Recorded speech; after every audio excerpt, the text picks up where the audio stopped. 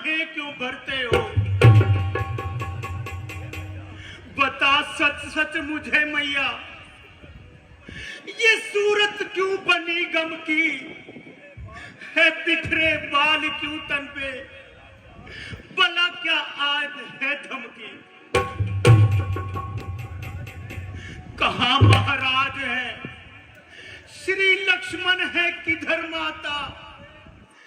गए किस ठोर पे बेगिर यहाँ की इस कदर माता? माता जल्दी बताओ, पूज्य पिताजी कहाँ हैं? अब तक उनके दर्शन क्यों नहीं हुए? ये आज सूर्यवंशी झंडा क्यों झुका हुआ है? उठा तुम्हारे सर से अब अपने पिता का साया है।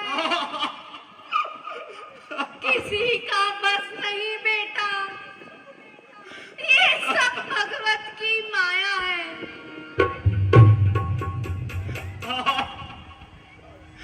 पिताजी का वियोग अत्यंत दुखदाई है। आपके बिना घर भी वीरान नजर आता है। अरे क्या क्या आप संसार से मुंह मोड़ गए और हम सबसे नाता तोड़ गए? बेटा, तुम्हारे सर पर पिता का साया ना रहा, महाराज पर लोग सिधार गए और हमारे ऊपर मुसीबतों के पहाड़ टूट गए। आखिर पिताजी को ऐसा कौन सा रोग था? बेटा, कुछ भी नहीं, यूं ही हमारा नसीबा खो गया। अचानक हाँ लक्ष्मण, वह जानकी कहते कहते प्राण त्याग दिए। मातेश्वरी, भ्राता रामचंद्र, लक्ष्मण वे माता सीता उस समय कहां थे? वो तो पहले ही दंडक वनों को जा चुके थे और 14 वर्ष के लिए वनवासी हो चुके थे। क्या राम वन को चले गए? ये मैं क्या सुन रहा हूं? श्री राम जी को वनवास, वह माता जानकी, वह लक्ष्मण को जंगल बियाबान, किस कदर गजब! आखिर इसका क्या सबब? मेरे प्यारे, जरा तबीयत को संभालो। वास्तव में बात यह थी कि महाराज आपसे छुपाकर राम को राज्य देने लगे थे। भला वो इस बेचारी मंथरा का, इसने मुझे समझाया। पहले तो इस पर क्रोधित हुई, बाद में मुझे होश आया कि मंथरा ठीक कह रही है। मैं कोप भवन में शोक करने लगी। महाराज आए और मुझे इस अवस्था में देखकर घबराए, बहुत सहानुभूति दिखाई, परंतु मैं मानने में ना आई। आखिर उन्होंने राम की सौगंध खाई तो मैंने जबान ही लाई। मुझे तो वरदान जो देने का वादा किया था उसे पूरा कीजिए। पहले ये कि भरत को राज और दूसरा राम को 14 वर्ष का वनवास।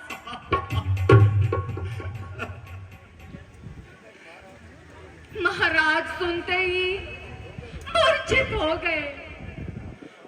उतने में राम भी वहां आ गए। उन्होंने पिता के वचन का पालन किया। उसी समय जानकी और लक्ष्मण ने भी भगवे वस्त्र धारण करके अयोध्या से मुंह मोड़ा।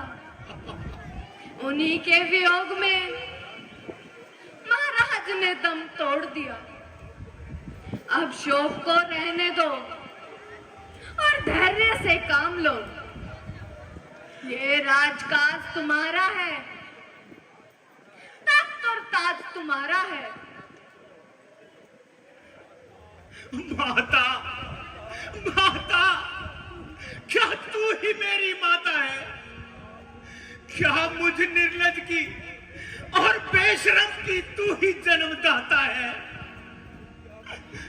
क्या क्या तू ही रघुकुल रानी है? सच सच बता, या मैं गलती पर हूं कि तू महाराज की पटरानी है? क्षमा प्रभु, क्षमा। माता के प्रति अनुचित शब्द बोल रहा हूं। धिक्कार, धिक्कार। नहीं नहीं, भरत मजबूर और लाचार। जो माता आज तक थी वो रही मेरी न अब माता। समझ तू भी नहीं बाकी, तेरा बेटे से कुछ ना था। तसव्वुर बांध कर तुझको मैं समझूंगा कि बेमां हूं। है सब तस्लीम के रिश्ते, ये रिश्ता अब नहीं पाता। इतना समझाने पर भी तू शांत नहीं हुआ। भरत बड़ा ही निर्लज और बेशर्म है कि इतने कहने पर भी उसका देहांत नहीं हुआ। अरे पापन, बता मुझको, क्या दिल में समानी है? क्यों किया बर्बाद रघुकुल को, अयोध्या भी उजाड़ी है? दिया रघुवर व लक्ष्मण को, दिया जंगल का दुख तूने। चला तो सोच दिल में, क्या नहीं ये पाप भारी है? बेटा, बहुत अफसोस कर चुके हो, बहुत सख्त सुस्त कह चुके हो, स्वयं ठंडे सांस भर चुके हो। अब सावधान होकर राजकाज संभालो। समय की निजाकत को देखो, ज्यादा देर आंसू ना बहाओ।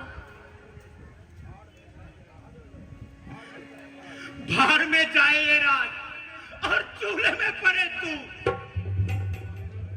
हाय हाय, श्री राम को वनवास और भरत के लिए भोग विलास। धिक्कार, धिक्कार। ऐसे ऐसे जीवन पर लाख बार धिक्कार।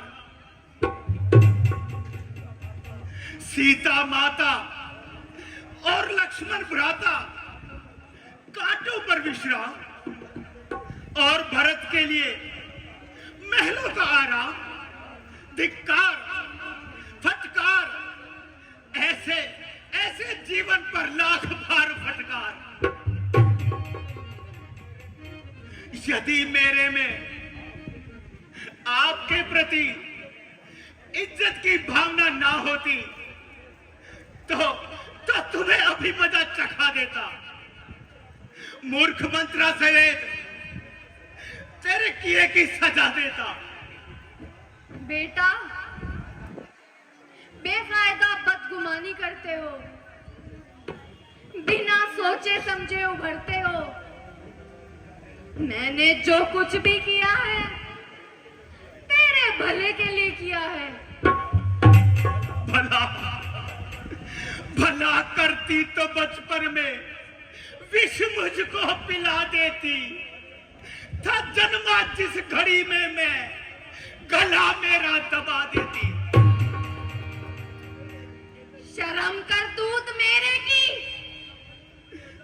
ना बन तू बेअदब बेटा, ना बकवाई तबाही तू, ना ढाई ना गजब बेटा। वही है दूध शर्माता जो बचपन में पिला डाला, ना पीता कर गया होता, ना होता मुंह मेरा काला। अरे भोले भाले नादान, अपने और मेरे संबंध को पहचान। मैंने तुझे राज दिलाया, शाही ताज दिखाया, दास से राजा बनाया, इस पर भी तेरी समझ में कुछ नहीं आया। नहीं नहीं नहीं पति खातरी, यूं कहो कि मैंने राम जैसे आज्ञाकारी पुत्र को सितम ढाया, कोमल स्त्री जनक नंदिनी को अत्याचार किया, अपने अपने पति का देहांत किया और उसके प्राण जाने पर मजबूर किया। अपने अपने और बदनसीब भरत के लिए कलंक का टीका स्वीकार किया। बहू बेटे हैं बन भेजे, पति को जान से मारा, इसी अपनी लियाकत पर फखर दायहन तुझे मारा।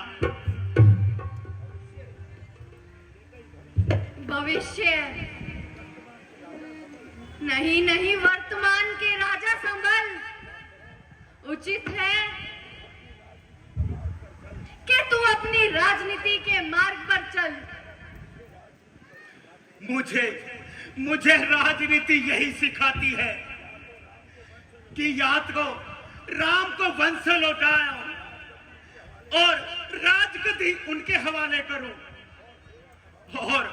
और सेवा कमाओ, नहीं तो स्वयं भी वनों में भटक भटक कर मर जाऊं।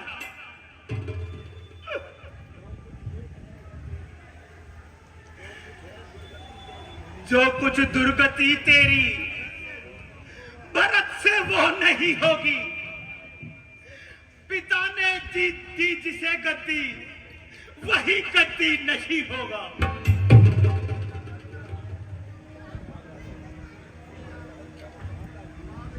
भ्राता जी, सारे विश्व को बोने वाली, संसार भर में हमारी नाक डुबाने वाली इसी डायन ने सारा घर उजाड़ा है और बना बनाया खेल बिगाड़ा है। जी में आता है अभी इसे परलोक में पहुंचा दूं और इसे भलाई का मजा चखा दूं। है शत्रुघ्न, ये क्या कर रहे हो?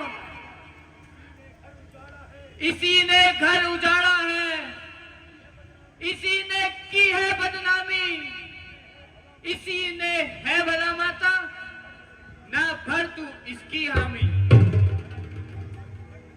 नहीं शत्रुघ्न नहीं, इस पर कदापि हाथ ना उठाना और कुल में एक और दाग ना लगाना। क्या इस दुष्ट चंडालिनी पर आपको तरस आ रहा है? हाँ, इसलिए वह स्त्री जाती है, यदि इस पर हाथ उठाएंगे तो कुल की मर्यादा भंग होगी। यदि स्त्री जाति पर वार करने की धर्म आज्ञा देता तो सबसे पहले इस माता के स्वरूप में छुपी हुई काली नागिन को सजा देता। जब मैंने इसे छोड़ दिया, तुम भी इसे छोड़ दो। आओ माता कौशल्या के दरबार में चलते हैं।